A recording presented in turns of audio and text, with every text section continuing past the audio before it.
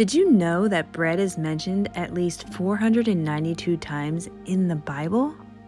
As I started researching this, I couldn't help but wonder, if Jesus is called the bread of life, then why is the bread that we're eating today so toxic? There are so many stories in the Word about the goodness of bread, but yet every other headline that we read tells us another story. So as I started going down this rabbit hole, I stumbled across a food scientist by the name of Sue Becker.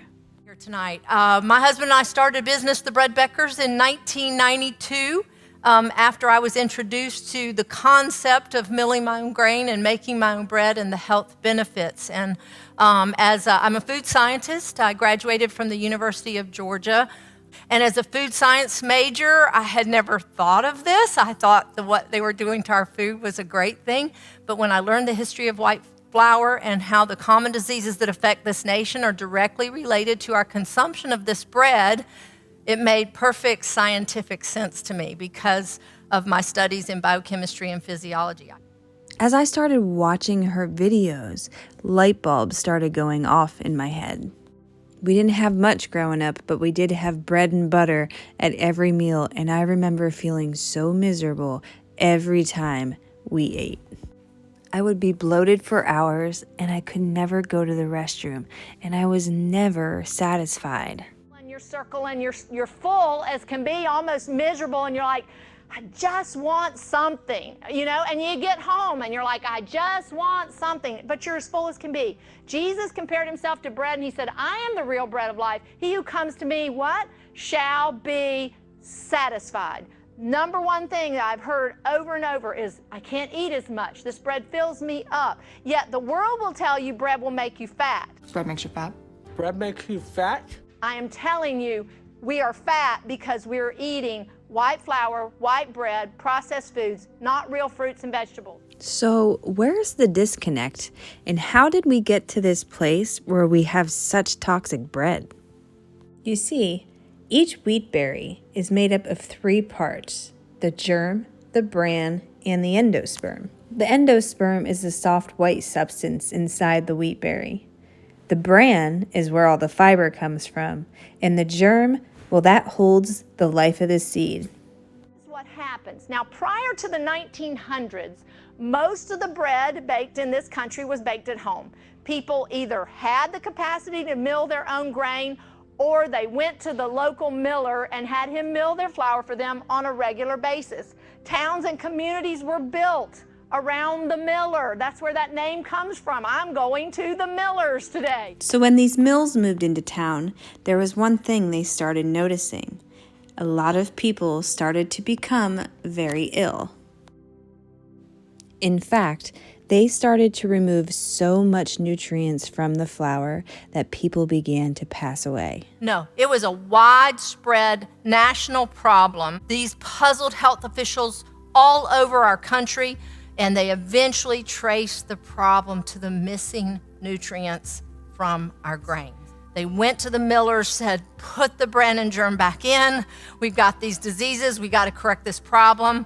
But the millers said, no, we're not going to do that, because that 25% of the bran and germ that they were getting from the flour, they weren't throwing it away. They were selling it to the cattle feed industry, and it is still being done today. They still sell it to the cattle industry to make cattle feed.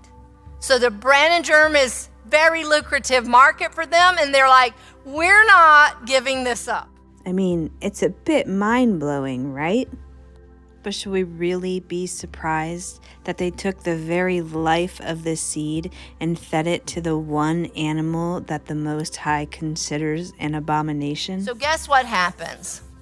In 1948, our government steps in and mandates that the flour be enriched.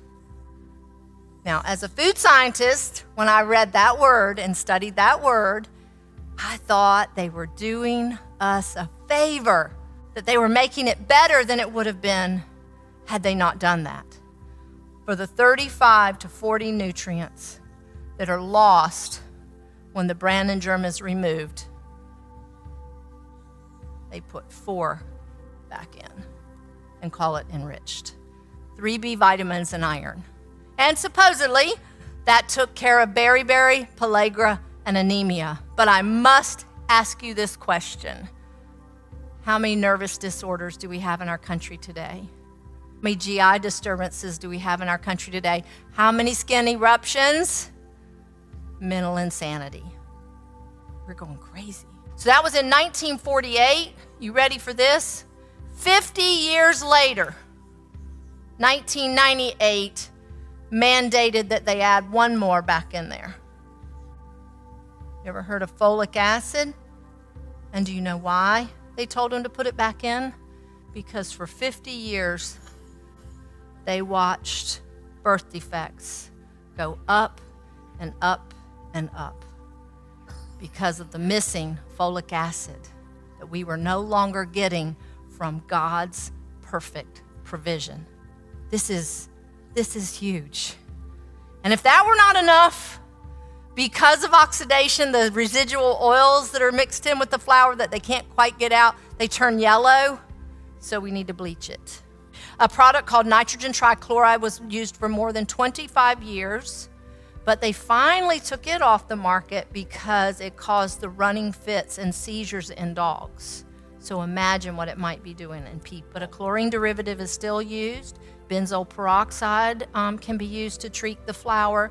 Potassium bromate, all these are used. They're gases that the flour is exposed to, and that's why you might not see it on the label. Very detrimental health effects from that. First of all, Proverbs 14:12, there's a way that seems right to a man, but the end thereof is death. And Isaiah 55 verse 2 says this, why do you spend your money for that which is not bread, and your earnings for what does not satisfy? I love Haggai because it says this. I recently heard someone speak, and he says like 90% of the American food dollar goes to junky processed food. We spend very little in America on real food. And in Haggai it says, consider your ways and how you have fared. You sow much, but you reap little. You clothe yourselves, but no one is warm. And you earn wages to put them in a bag with holes in it. Here we're spending and working to earn wages and spending 90% of that on stuff that we are calling food that is making us sick. So where's the rest of our money going? There's a medical care crisis in our country. We're staying sick, and money is just going out this bag with holes in it. So after seeing all of this, my question became, what would happen if I started milling our own grain? I'll never forget a lady came and she heard me speak. She came up to the table and she bought a mill after she had heard this, and she said, I can't wait to do this. She came back the next year. The lady said, well, step aside. I know what I want. She said, I'm getting the mixer this year. Last year I bought the grain mill. She goes, I made room on my counter because I could dumped all my medicine in the trash can. I no longer have to take all that stuff. And I've heard it time and time again. I'm not sick anymore. But heart disease, cancer, diabetes, these are all things that whole grains have been proven that they reduce the risk of these diseases, yet it's plaguing America. We've all heard it said, let food be thy medicine and medicine be thy food. Maybe the Bible really is on to something. And I think now we can truly see how far they are willing to go to keep us sick. A little over a year ago, I embarked on the journey of learning how to fresh mill our own grain. I discovered that all the testimonies in these videos were true. I have learned why they call it the bread of life, because it truly does satisfy you. I think if we all just took a little time and went back to the basics of life, we would see a lot more health and a lot less sickness.